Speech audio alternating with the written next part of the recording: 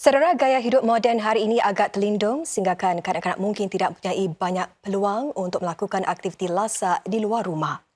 Dalam edisi Berita Plus semalam ini, wartawan kami Danish Aiman masuk hutan dan ke pantai East Coast untuk membawakan dua aktiviti yang mendedahkan kanak-kanak kepada alam semula jadi dengan cara yang seronok.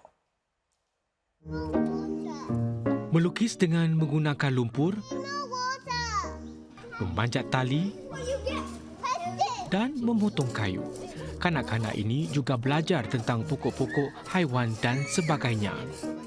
Mereka merupakan murid-murid Sekolah Hutan Kendalian Kelab Forest Adventure. Konsep sekolah hutan ataupun forest schooling popular di Eropah, terutamanya di negara-negara Skandinavia di mana para peserta bebas untuk bermain dan meneroka melalui pengalaman sendiri. Di sini kita tak ada spesifik rutin. Kanak-kanak di sini juga menggunakan bahan-bahan yang mereka dapat di dalam hutan seperti ranting-ranting kering, daun-daun kering, dan bahan-bahan ini selalunya digunakan untuk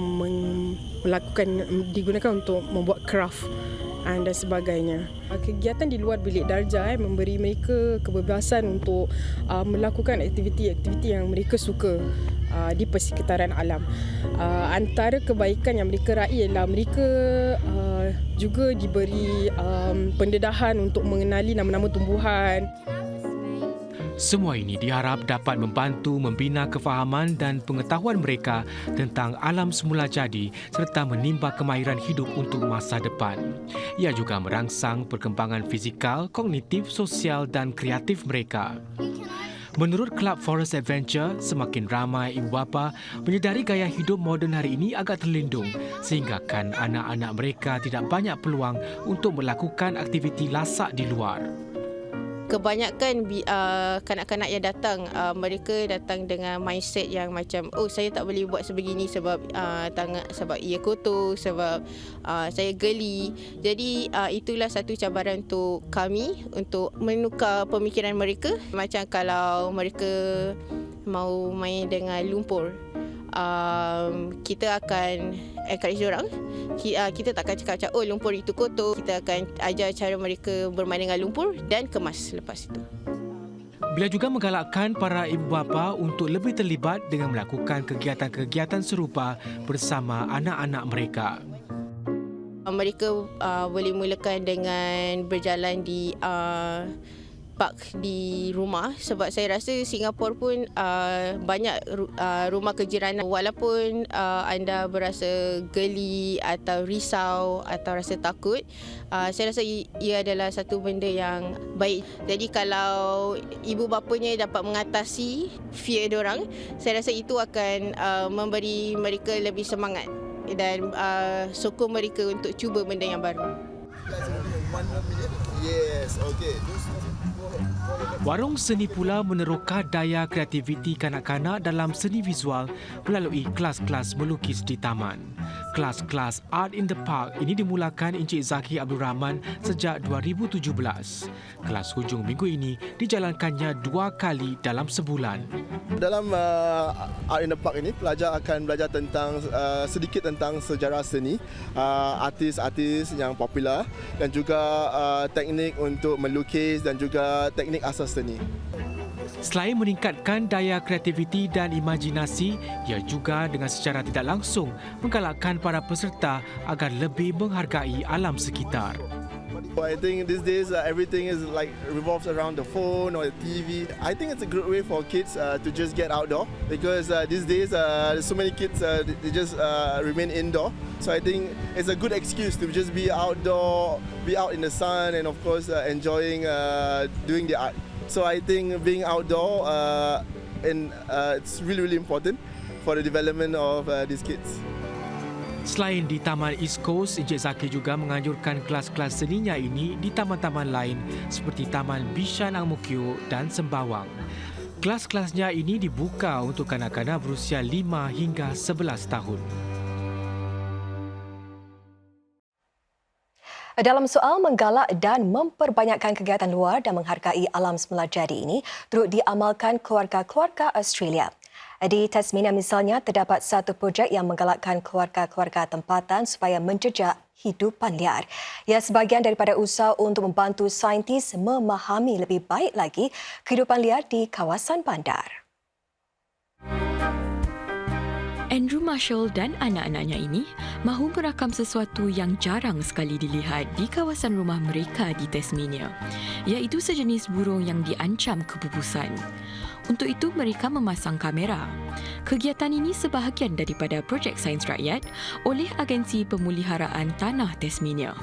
Projek dipanggil Wild Tracker ini mahu menggalak orang ramai supaya menggunakan kamera lasak bagi mengetahui lebih lanjut tentang haiwan liar yang hidup di sekeliling mereka.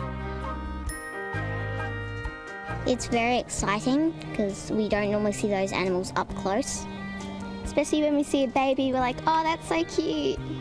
Sebaik sahaja mereka dapat menangkap haiwan berkenaan dalam bentuk gambar, mereka memuat naiknya ke laman Wild Tracker dan menyumbang kepada bidang sains. Ini kerana gambar-gambar ini kemudian digunakan saintis untuk meningkatkan lagi pengetahuan mereka mengenai spesies asli ataupun dari luar. Saudara, Pertubuhan Kesihatan Sedunia WHO menyarankan para ibu bapa melebihkan aktiviti fizikal anak-anak mereka dengan mengurangkan masa di skrin alat-alat peranti. Ini bagi memastikan anak membesar dengan sihat. Dalam segmen cerita angka kali ini, kami kongsi beberapa garis panduan tentang pendedahan skrin pada usia awal kanak-kanak. Di Singapura, kajian hospital KK bagi wanita dan kanak-kanak KKH bersama Universiti Nasional Singapura NUS pada tahun lalu mendapati hampir 94% kanak-kanak melebihi had masa skrin yang disarankan, iaitu sebanyak sejam sehari. Tinjauan itu mendapati bahawa 70% kanak-kanak di bawah usia 18 bulan didedahkan kepada skrin peranti selama setengah jam sehari dari Isnin hingga Jumaat, yang meningkat kepada 80% pada hujung minggu. Garis panduan yang dikeluarkan KKH memberikan beberapa saranan. Pertama, saudara, kanak-kanak di bawah usia 18 bulan tidak sepatutnya didedahkan langsung kepada peranti digital. Kanak-kanak yang berusia 18 bulan hingga 3 tahun pula disyorkan diberi masa skrin kurang sejam. Dan masa tontonan skrin bagi kanak-kanak yang berusia antara 3 hingga 7 tahun yang disarankan pula dihadkan kepada kurang sejam. Masa skrin berlebihan boleh menyebabkan berlaku gangguan tidur kepada kanak-kanak. Jadi garis panduan itu juga menasihati agar kanak-kanak tidak diberi masa skrin sekurang-kurangnya 30 minit sebelum waktu tidur. Dan kajian itu juga mendapati 40% kanak-kanak kecil dan di peringkat prasekolah secara purata hanya melakukan aktiviti fizikal selama 90 minit. Jadi para ibu bapa disarankan supaya memastikan anak-anak meluangkan masa sekurang-kurangnya 180 minit melakukan pelbagai aktiviti fizikal. Ini selain cuba mereka mendapat waktu tidur yang mencukupi, iaitu sekitar 11 hingga 14 jam. Diteruskan berita, menjelang perbarisan Hari Kebangsaan, kicau malam ini kongsi penghormatan netizen kepada tenaga relawan yang bersemangat gigih menjayakan ulang tahun negara ke-58.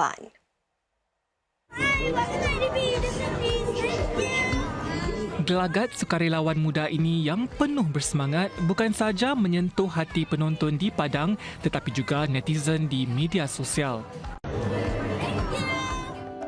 Budak ini sungguh ceria. Saya ingin peluk dan beritahunya dia menggembirakan saya. Sekolahnya harus beri dia ganjaran. Dia begitu profesional sambut penonton. Dari mula acara hingga ke saat mereka pulang, penonton dilayan dengan penuh perhatian. Saya suka sangat semangatnya. Generasi muda seperti ini beri saya harapan masa depan cerah bagi negara kita.